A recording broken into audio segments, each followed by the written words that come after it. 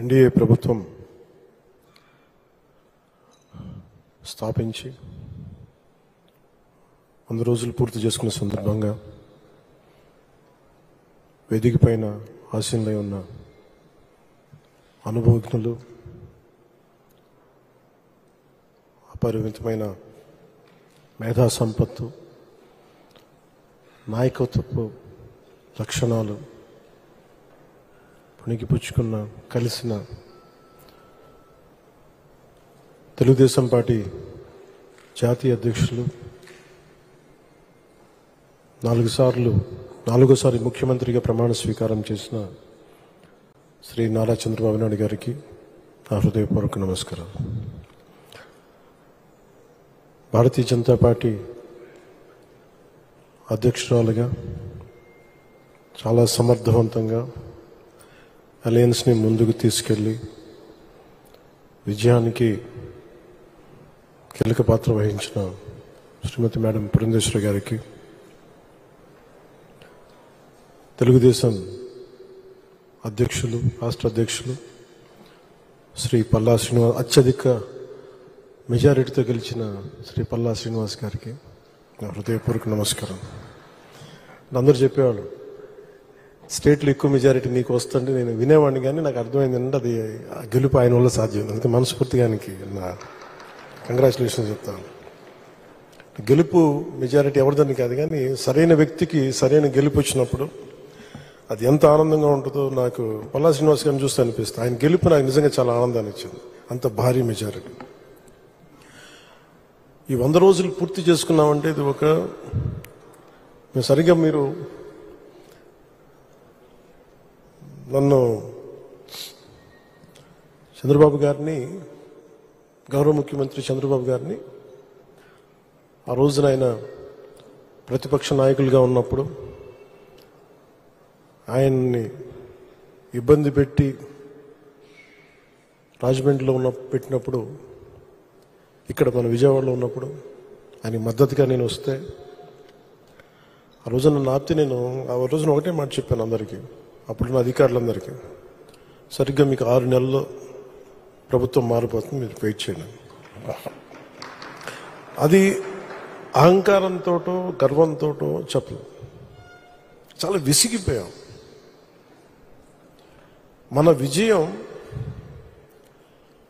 ఇదే కూతవేట దూరంలోని ఇప్పటం గ్రామంలో జనసేన సభ పెట్టి వైసీపీ వ్యతిరేక ఓటుని చీలనివ్వం అని ఒక ప్రతిపాదన చేసినప్పుడు దాని వెనక తెలివితేటలు కానీ వ్యూహాలు కానీ ఏమి లేవు. ఒకటే ఒక లక్షణం ఏంటంటే లోపల గుండెల్లో రాష్ట్రం బాగుండాలి, విభజన దగ్గర నుంచి నలిగిపోతా వచ్చాం, బాగుండాలని ఒక్క బలీయమైన కోరిక తప్ప ఇంకేం లేదు దాని వెనక. కానీ అది సాధించడానికి ఎన్ని అవరోధాలు ఎదుర్కొన్నాం, అసలు జరుగుద్దా లేదా, ఒప్పించగలమా లేదా, ఎన్ని పడి పడి పడి కింద పడి మీద పడి ఈ రోజున ఇక్కడ గెలిచిన గౌరవ సభ్యులందరూ, ఎంపీలు కానీ ఎమ్మెల్యేలు కానీ అద్భుతమైన మెజారిటీతో గెలిచారంటే వైసీపీ వ్యతిరేక ఓటును చీలనివ్వకూడదని ఒక్క ఆకాంక్ష, ఒక్క బలమైన నమ్మకం, చంద్రబాబు గారి నాయకత్వం, సమర్థత, ఈ దేశాన్ని 3వసారి ప్రధానమంత్రిగా పగ్గాలు చేపట్టి ముందుకు తీసుకెళ్తున్న నరేంద్ర మోదీ గారి నాయకత్వాన,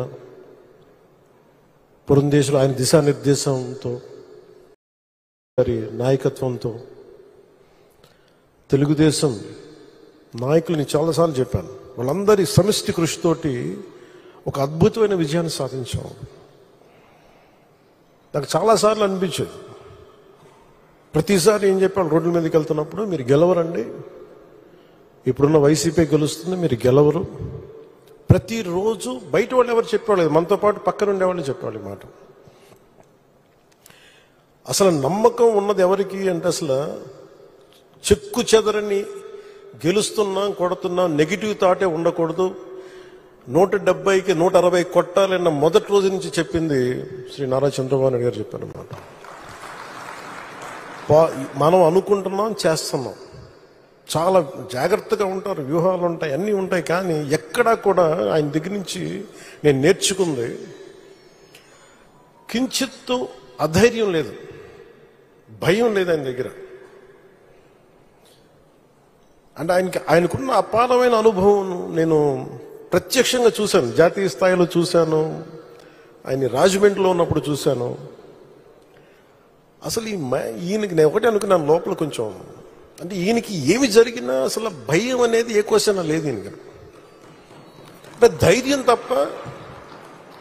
నాకు చాలా చాలా ఆనందం వేసింది. అంటే ఒక వ్యక్తి ఎన్ని ఒడిదుడుకులు ఎదుర్కొన్నా, నిస్సత్తువతో అయిపోయినా, కుటుంబ సభ్యుల్ని కించపరిచినా, ఎన్ని రకాలుగా ఆయన్ని అవమానాలకు గురి చేసినా, క్యాబినెట్లో తీసుకున్న నిర్ణయాలకి ఆయన్ని బలి చేసి ఆయన లోపల పెట్టి, ఎవరో అధికారులు చేసిన దానిపైన చిలవలు పలువులు కల్పించి ఆయన్ని పెట్టి ఆయన ఇబ్బంది పెడితే,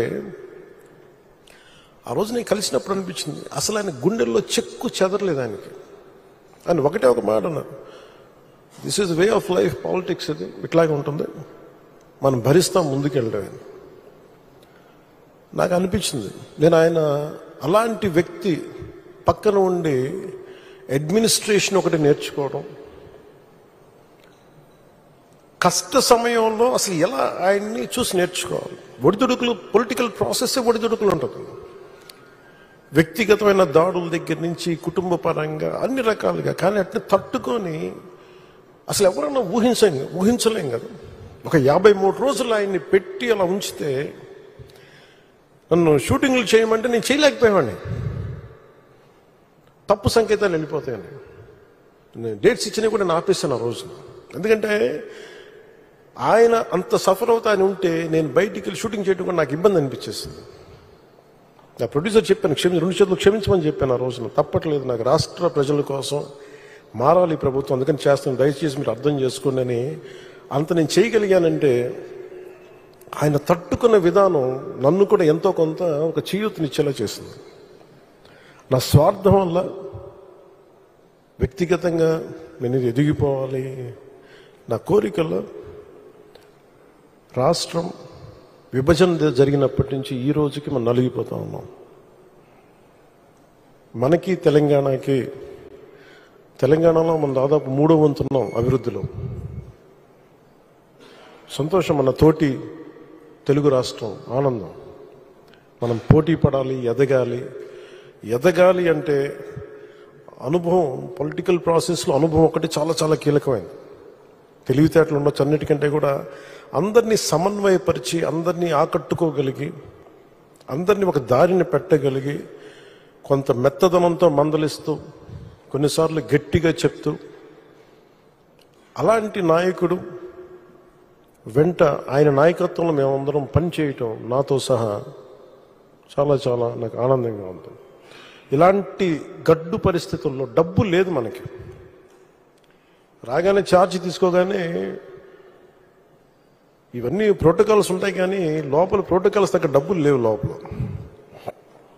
అలాంటిది ఆయన రాగానే ఈ 100 రోజుల్లో ఏమి చేసామని కీలకమని చెప్తే, ఏమైతే చెప్పారో మెగా డిఎస్సిని మేము పెడతాం, భర్తీ చేస్తామంటే 16,437 ఉపాధ్యాయ పోస్టుల్ని భర్తీ చేయడం. చాలాసార్లు పెన్షన్ గురించి మేము మాట్లాడుకుంటా ఉంటే చాలాసార్లు దీంట్లో నేను పెన్షన్ బాగా ఎక్కువ చేద్దామని అనుకుంటే, ఎలా సార్ పాసిబిలిటీ అంటే, కష్టంగా ఉంటుంది కానీ మనం పెంచాలి. ఆయనకున్న ఆకాంక్ష కూడా ఏంటంటే సంపద కొద్ది మంది దగ్గర ఉండిపోకూడదు, అవి తిరుగుబాట్లు వస్తాయి. ఈ రోజున ఆయన నాయకత్వంలో ఈరోజు పొద్దున్న క్యాబినెట్ మీటింగ్లో మాట్లాడుకున్నప్పుడు కూడా ఎంటర్ప్రెన్యూర్షిప్కి ఒక 100 కోట్లు మూలధనం ఒక కార్పొరేషన్లో పెడితే, మైక్రో మన చిన్నపాటి పరిశ్రమలకి, ఔత్సాహికులకి, పారిశ్రామికవేత్తలకి అండగా ఉండటానికి ఒక 100 కోట్లు మూలధనం పెడితే దాన్ని 5,000 కోట్ల వరకు తీసుకురావచ్చు. అలాగే 500 కోట్లు పెడితే దాన్ని 20,000 దాకా తీసుకెళ్లొచ్చన్న ఈ రోజు నా ప్రతిపాదన చాలా అద్భుతంగా ఉంది. ఇవన్నీ చెయ్యాలి అంటే ఈ రాష్ట్రాన్ని, ఉమ్మడి రాష్ట్రాన్ని దిశానిర్దేశాన్ని మార్చిన వ్యక్తి, మైక్రో మన ఈ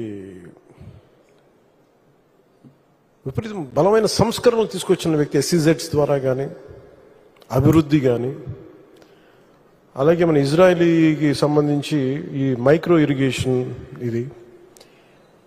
ఇలాంటివన్నీ మొట్టమొదటి తీసుకొచ్చిన వ్యక్తి. చాలా సింపుల్గా ఉంటాయి. ఇంకుడు గుంతలు అంటే అది చూడటం చాలా మందికి ఆ టైంలో హాస్యాస్పదం, ఏంటి గుంతలు తవ్వుకోవడం ఏంటని. ఆయన దార్శనికులు, ఆయన హెడ్ చూడగలరు. దానికి చాలామంది మేధావులతో మాట్లాడాలి. అలాంటి మేధావులతో కూర్చొని వాళ్ళని అర్థం చేసుకొని తనతో పాటు సహచరులు ఒప్పించి ఈ రోజున ఒక ఇంకుడు గుంతలు అనేది మనకి మన ఇంటి నిర్మాణంలో ఒక భాగం అయిపోయింది. ఇలాంటి ఎన్ని తీసుకున్నా, చిన్నది పెద్దది ఎన్ని తీసుకున్నా అనునిత్యం నన్ను ఆశ్చర్యపరుస్తూనే ఉంటారు ఆయన. ఎప్పుడు చూసినా నాకు ఒకటి అనిపిస్తే ఈ నుంచి ఎంత నేర్చుకోగలం మనం, ఎంత ఆయనకి పక్కన ఉండి చేదోడు వాదోడుగా ఉండగలం. నాకు ఇదే తలంపు ఉంటుంది. అలాంటి పెన్షన్లు కూడా ఎలా పెంచగలం అంటే మనం పెంచుదాం, నాకు ఒక అవగాహన ఉందండి. అది అడ్మినిస్ట్రేషన్లో కాకలు తీరిపోయి మునిగి తేలిన వ్యక్తికి అర్థమవుతుంది. మంచి మనసు ఉండొచ్చు, చెయ్యాలన్న తపన ఉండొచ్చేమో, కానీ దానికి తగ్గ అవసరమైన ప్రతిభ లేనప్పుడు, అనుభవం లేనప్పుడు, మనుషుల్ని కలుపుకెళ్ళగలిగే సమర్థత లేనప్పుడు అది ఎవరి వల్ల కష్టం అవుతుంది. అలాంటిది ఆయన అద్భుతంగా 4,000 ఇవ్వడం ఒకటైతే, మొదటి నెల ఒక్కొక్కరికి 7,000 చొప్పున ఒకటే రోజున 65.18 లక్షల మందికి, అది కూడా ఇంటింటికి వెళ్ళి 4,400 కోట్ల రూపాయలని పంపిణీ చేపట్టడం, చేతికి డబ్బులు ఇవ్వడం, దేశంలోనే సంక్షేమంలో ఇది ఒక తిరుగులేని చరిత్ర. మనస్ఫూర్తిగా గౌరవ ముఖ్యమంత్రి గారికి నా ధన్యవాదాలు తెలుపుతున్నాను. గత ప్రభుత్వంలో ఉద్యోగులకు జీతాలు వచ్చాయి, నెలకి జీతాలు వచ్చాయి కాదు, వాళ్ళు పీడిఎఫ్ వాళ్ళ ప్రావిడెంట్ ఫండ్ డబ్బులు కూడా తీసేవాళ్ళు. అలాంటిది వాళ్ళకి మొదటి నెలకి 1వ తారీఖున ఉద్యోగాల జీతాలు అందుతున్నాయి. 1674.47 లక్షల కోట్ల ధాన్యాన్ని కొనుగోలు, ఆ బకాయిల్ని చెల్లించి అన్నం పెట్టి అన్నదాతని ఆయన ఆదుకున్నారు. స్థానిక సంస్థలకి, పంచాయతీ సంస్థలకి అసలు డబ్బులు లేవు. అధికారులు యంత్రాంగాన్ని రివ్యూ మీటింగ్స్లో చేస్తున్నప్పుడు అడిగితే డబ్బులు రావాలి, ఏం చేయాలో తెలియట్లేదు అనే స్థాయి నుంచి ఆయనకి ఒకసారి నేను తెలియజేసుకున్నాను, ఇట్లా డబ్బులు కొంచెం ఒక రోజు సమయం ఇవ్వండి అని చెప్పి స్థానిక సంస్థలకి ఆయన 1452 కోట్లు ఇచ్చి నిర్జీవం అయిపోతున్న పంచాయతీలకి, నీరసపడిపోతున్న పంచాయతీలకి తిరిగి ప్రాణం పోశారు చంద్రబాబు గారు. 1452 కోట్ల రూపాయలు ఇచ్చి పేదల కోసం రాష్ట్ర వ్యాప్తంగా ఈ అన్నా క్యాంటీన్లు ప్రారంభించడం, నేను ఎప్పుడు అన్నా క్యాంటీన్లు తెలుసు కానీ చూసేవాడిని, కానీ ప్రత్యక్షంగా వెళ్ళే నాకు ఇది ఉండదు. సో ఈ రోడ్లో వస్తున్నప్పుడు పొద్దున్నే ఒక రోజున ఎయిర్పోర్ట్కి వెళ్తా ఉంటే అన్నా క్యాంటీన్లు ప్రారంభించిన 3వ రోజు చాలామంది లారీ డ్రైవర్స్, ఈ మన బేల్దారి పనిచేసే కార్మికులు, డ్రైవర్స్ అందరూ, ఆటో డ్రైవర్స్ అందరూ కూర్చోబెట్టి లైన్లో ఉన్నారు. ఏంటి ఇంతమంది లైన్లో ఉన్నారంటే ఆ పొద్దున్నే ఆ పలహారం తింటాను. నాకు అనిపించింది గత ప్రభుత్వం ఎలా వదిలేసింది అని చెప్పి. అన్నా క్యాంటీన్ని ఆయన ఎన్టీ రామారావు గారి పేరు మీద అన్నా క్యాంటీన్ ఎలా మూసేయాలనిపించింది. 10 మందికి అన్నం పెట్టేది, అది 10 మంది ఆకలి తీర్చేది, ఎలా తీసేసా నాకు అర్థం కాదు. అలాంటిది అంతమంది లైన్లో ఉండి నిలబడి చూస్తూ ఉంటే నా కడుపు తరుక్కుపోయింది. నిజంగా తిరిగి అన్నా క్యాంటీన్ని ఆరంభించి కార్మికుల తాలూకా క్షుద్బాధని తీర్చిన చంద్రబాబు గారికి మనస్ఫూర్తిగా ధన్యవాదాలు తెలుపుకుంటాను.